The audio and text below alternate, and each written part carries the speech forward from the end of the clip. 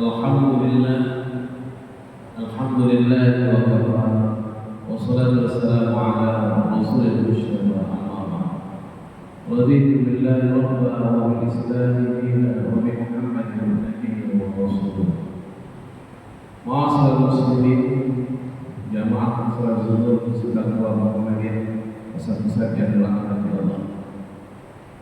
Allah Subhanahu wa taala telah menjadikan di dalam tubuh kita ini ada satu hal yang kita sebut dengan hati, dan hati kita ini akan dibungkus oleh jiwa, dan jiwa kita ini akan menjadi mulia ketika jiwa ini diisi dengan keimanan dan ketakwaan.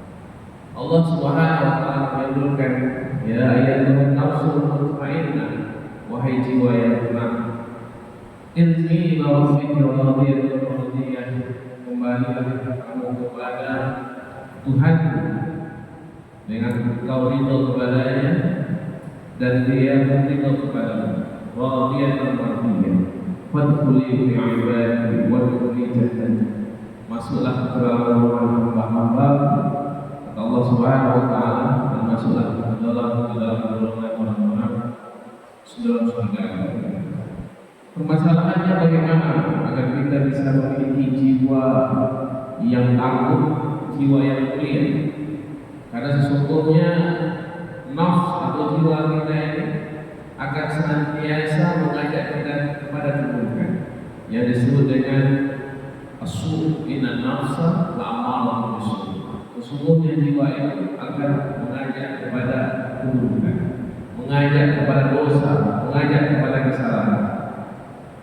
Maka Imam Ibnu Qayyim menyebutkan ada beberapa hal yang harus kita waspadai agar jiwa kita ini bisa menjadi jiwa yang mulia. Judul kita, bagaimana membentuk jiwa yang mulia. Maka Imam Ibnu Qayyim rahimahullah menyebutkan ada beberapa hal yang menyebabkan jiwa kita ini akan menjadi mulia, yang kalau kita perhatikan, yang kalau kita jaga dia, maka kita akan menjadi jiwa yang mulia. Yang pertama kata beliau, yang membuat jiwa kita ini adalah sibuk dengan nikmat daripada bersyukur. Permasalahan yang utama yang membuat jiwa kita ini kering, jiwa kita ini menjadi jiwa yang lemah, jiwa yang senantiasa meragami dalam kehidupan, jiwa yang senantiasa merasa Allah tidak adil kepadanya, sulit dalam hidup, merasa sempit ketika diuji, merasa lemah. Maka orang yang sibuk dengan nikmat yang Allah berikan saja daripada bersyukurnya, inilah yang membuat jiwa itu menjadi jiwa yang lemah. Apa maksudnya? Maksud muslimin adalah nanti Allah, orang yang sibuk dengan nikmat, artinya dia sekedar menikmati apa yang Allah berikan kepadanya. Sebagai contoh, Allah berikan rezeki, dia nikmati rezeki ini. Allah berikan kendaraan, dia nikmati kendaraan. Dia merasa bahagia dengan kendaraan, tanpa pernah bersyukur terhadap apa yang Allah berikan. Sebagai contoh namanya, Allah berikan kepada kita harta, tetapi kita tidak pernah bersyukur dengan bersedekah dengannya. Allah berikan kepada kita kesehatan, tetapi kita tidak pernah bersyukur dengan kesehatan itu. Kita berdakwah, kita melakukan amal kebajikan, kita senantiasa berbuat baik, menolong orang lain dengan waktu yang kita miliki. Kita memiliki jabatan, tetapi kita sibuk mengumpulkan harta dengan jabatan itu. Kita tidak pernah membantu orang dengan jabatan yang kita miliki. Kita punya ini, kita bersyukur ini, tetapi kita tidak pernah mentransferkan atau memberikan ilmu kita kepada orang lain. Maka inilah termasuk orang-orang yang tidak bersyukur dengan apa nikmat yang Allah berikan. Dia lebih menikmati, dia sibuk dengan nikmat Allah berikan, tetapi dia tidak sibuk untuk mensyukuri. Maka masyarakat muslimin, jamaah salat rahmati Allah, hari-hari ini kita akan sibuk dengan satu ibadah 10 hari ini. 10 hari ini kita beribadah, kita berpuasa di 10 awal, tepatnya di 9 hari di bulan Zulhijjah ini. Kita berpuasa, kemudian kita melakukan amal kebajikan. Ini adalah syukur dari apa yang telah Allah berikan kepada kita, dari umur yang Allah berikan kepada kita. Kita bersyukur dengan berpuasa, dari harta yang kita berikan, maka kita mengeluarkan sebahagian harta kita untuk berkorban. Karena korban sebenarnya adalah bentuk syukur daripada apa yang telah Allah berikan kepada kita. Selama setahun ini banyak Allah telah berikan rezeki kepada kita, maka bentuk kesyukuran kita adalah kita melaksanakan ibadah korban sebagaimana tuntunan Rasulullah SAW. Dan mungkin kita bandingkan dengan apa yang telah dilakukan oleh Rasulullah, masih jauh korban kita ini. Rasulullah SAW ketika beliau melaksanakan ibadah haji, beliau membawa 100 ekor unta untuk beliau hadiahkan, beliau korbankan di dalam Allah. 100 ekor unta. Kita 1 ekor sapi itu 7. Maka jauh sekali bentuk syukur kita dibandingkan dengan syukur Rasulullah SAW.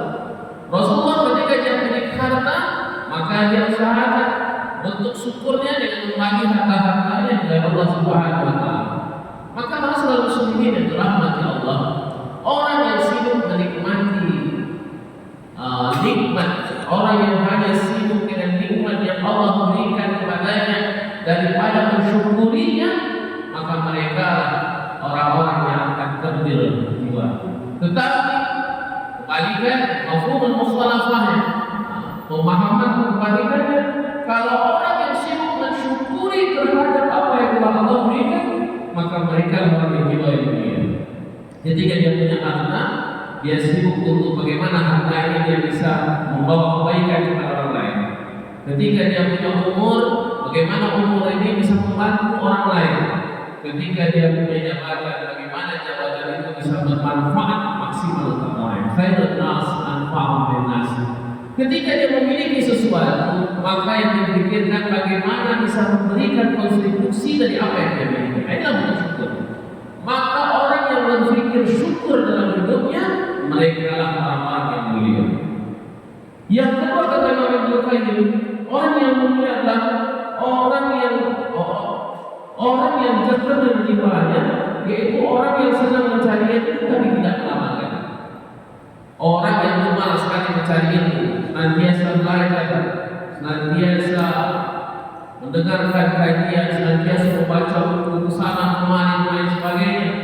Dia senantiasa menambah ilmunya, tetapi tidak pernah dia amalkan, maka sesungguhnya dialah orang-orang yang terdil jiwa. Jadi masalah muslimin yang dirahmati Allah, kalau kita lihat generasi para sahabat, mungkin ilmu mereka tidak sebanyak ilmu orang zaman sekarang. Sekarang ada yang telah profesor, doktor dan lain sebagainya, mengkaji kitab ini, kaji kitab ini dan lain sebagainya. Tetapi amalannya sungguh sangat jauh. Kita lihat dia sibuk mencari ilmu, tetapi tidak pernah mengamalkan. Maka kalau kita lihat para sahabat, ketika mereka mendapatkan satu ilmu, mereka tidak akan menambahnya kecuali dia sudah amalkan. Seperti Umar bin Khattab radhiyallahu anhu, ketika dia mendapatkan satu ilmu dari Rasulullah SAW, bagaimana dia amalkan, bagaimana dia laksanakan dengan sebaik-baiknya.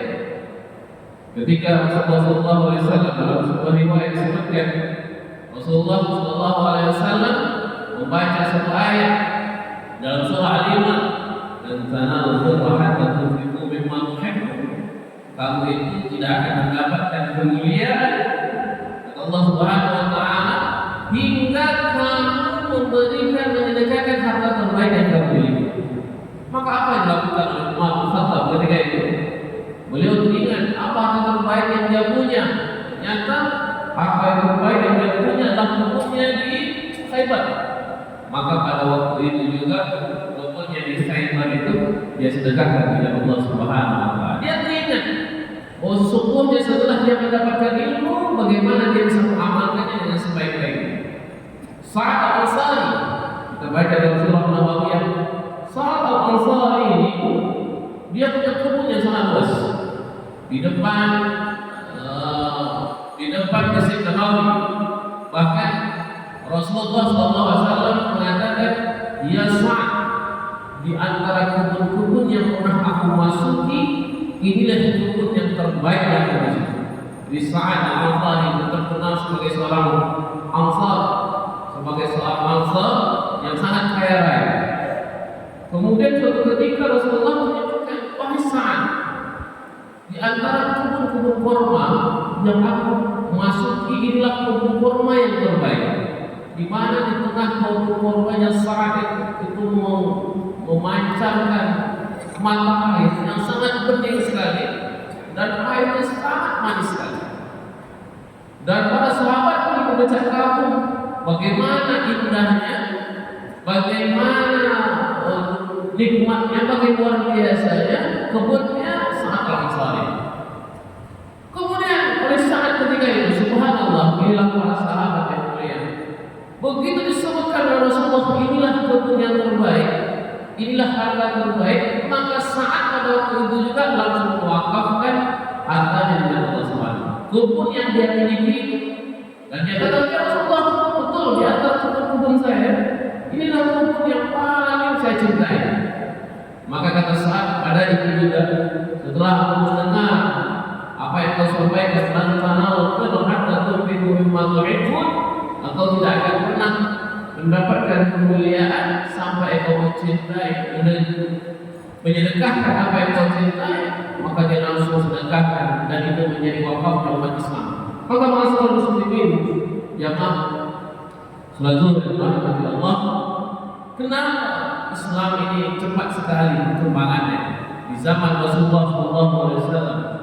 Kenapa umat Islam ini sangat masif? Kalau kita lihat dalam sirah Nabawiyah, Islam ini membentang di seluruh jazirah Arab itu tidak sampai puluhan tahun, tidak sampai ratusan tahun, puluhan tahun saja. Pada zaman Abu Bakar itu sudah mulai menaklukkan beberapa daerah-daerah di Persia. Bahkan Romawi pun sudah mulai ditaklukkan oleh Abu Bakar. Pada zaman Umar, Palestina yang kita tahu sekarang ini, Syam, Damaskus, daerah-daerah Syria, daerah-daerah Jordania, daerah Lebanon, sama Palestina sekarang ini sudah ditaklukkan oleh Umar bin Khattab. Hanya waktu yang sangat ringkas. Kenapa? Karena kegemaran para sahabat, kegemaran orang-orang saleh zaman dahulu di dalam melaksanakan amal terhadap perbuatan. Maka seorang panglima perang dari Romawi ketika itu bertanya, yang bernama Heraklius, bertanya kepada mata-matanya. Jadi salah seorang mata-matanya disuruh oleh Heraklius untuk mematai umat Islam. Kenapa umat Islam ini yang jumlah mereka sedikit ini bisa mengalahkan tentara Romawi yang jumlahnya sangat banyak sekali? Umat Islam, kata mereka, dengan perlengkapan seadanya bisa mengalahkan orang tentara-tentara Romawi yang terlatih luar biasa. Maka disuruh dalam mata-matanya mendatangi kemah-kemah umat Islam ketika itu untuk mencari tahu apa rahasianya. Kemudian mata-matanya membuat laporan kepada panglima perang Heraklius ketika itu dan berkata, wahai panglima perang, ternyata saya tahu apa rahasianya umat Islam ini selalu menang dalam setiap peperangan. Ternyata mereka ketika malamnya mereka akan mendirikan salat malam, mereka akan bangun di tengah malam untuk melaksanakan ibadah qiyamul lail, salat malam mereka sampai waktu subuhnya. dan ketika subuhnya dia berpuasa dan dia dalam keadaan perang. Sehingga ketika perangnya yang ada dalam otaknya adalah bagaimana menjadi syahid fi sabilillah. Subhanallah. Muasal muslimin jemaah Zuhur rahmati Allah. Orang yang kalau lagi tidak ada rasa takutnya, tidak ada lagi gentarnya, tidak ada lagi pikirannya tentang dunia, maka kekuatannya akan berlipat-lipat ganda. Dan inilah yang terjadi pada pasukan kaum muslimin. Kenapa? Karena mereka tahu ilmu yang mereka dapat dari Rasulullah SAW dan mereka senantiasa mengamalkannya. Yang ketiga kata Imam Ibnu Qayyim, orang yang terdir jiwanya ini yaitu cepat melakukan dosa namun lambat dalam perbuatan. Apa itu dirahmati Allah? Salah satu sifat orang yang jiwanya terdir bahwa ketika melakukan dosa sangat cepat dia lakukan dan ketika bertaubat sangat lambat. Berarti mafhumul mukhalafah, orang yang jiwanya besar, orang yang jiwanya mulia adalah ketika melakukan dosa dia pikir betul, bahkan tak urung dia tidak jadi melakukan dosa. Tetapi ketika dia melakukan suatu kesalahan, dia segera bertaubat kepada Allah Subhanahu wa taala. Ma'asyiral muslimin dan rahmati Allah, kita sebagai manusia tentunya sangat mudah tertipu daya oleh bisikan syaitan. Kita bukanlah manusia-manusia yang bisa terlepas daripada segala dosa dan segala kesalahan. Tetapi orang yang mulia adalah ketika dia melakukan sebuah dosa, dia senantiasa bersegera untuk bertaubat. Maka ada satu pertanyaan dari seorang kaum muslimin. Ada sebuah pertanyaan ada surat kepada Khalifah Umar bin Khattab kepada Umar bin Khattab dan bertanya, ya Khalifah, wahai Amirul Mukminin, manakah orang yang lebih mulia? Orang yang ingin melakukan dosa, kemudian dia tidak jadi melakukan dosa, dia segera bertaubat kepada Allah Subhanahu wa taala, dibandingkan dengan orang yang mereka jauh mengecilkan diri, tidak ingin melakukan dosa. Maka kata Umar bin Khattab, sesungguhnya orang yang pertama jauh lebih baik, yaitu orang yang berada dalam kehidupan seperti kita ini, yang kemungkinan besar akan melakukan dosa atau kita mudah terpedaya melakukan dosa, kita berusaha semaksimal mungkin untuk tidak melakukan dosa. Dan ketika kita hampir terpedaya, kita bertaubat kepada Allah Subhanahu wa taala. Ini jauh lebih baik daripada orang yang mengecilkan dirinya di suatu tempat yang mungkin tidak akan melakukan dosa, tetapi dia tidak bisa berbuat apa-apa. Maka ma'asyiral muslimin dan rahmati Allah, orang yang senantiasa bisa menjaga dirinya, menjaga keadaannya daripada perbuatan dosa, dan apabila hampir saja dia melakukan dosa dan dia tidak jadi melakukan dan dia bertaubat kepada Allah, maka inilah orang yang mulia. Maka orang yang mulia, kesimpulannya orang yang mulia adalah orang-orang yang senantiasa bisa menjaga dirinya dari segala perbuatan buruk, kemudian orang yang segera bertaubat terhadap semua kesalahan yang dia lakukan. Semoga kita termasuk menjadi orang-orang yang mulia jiwa dan hatinya.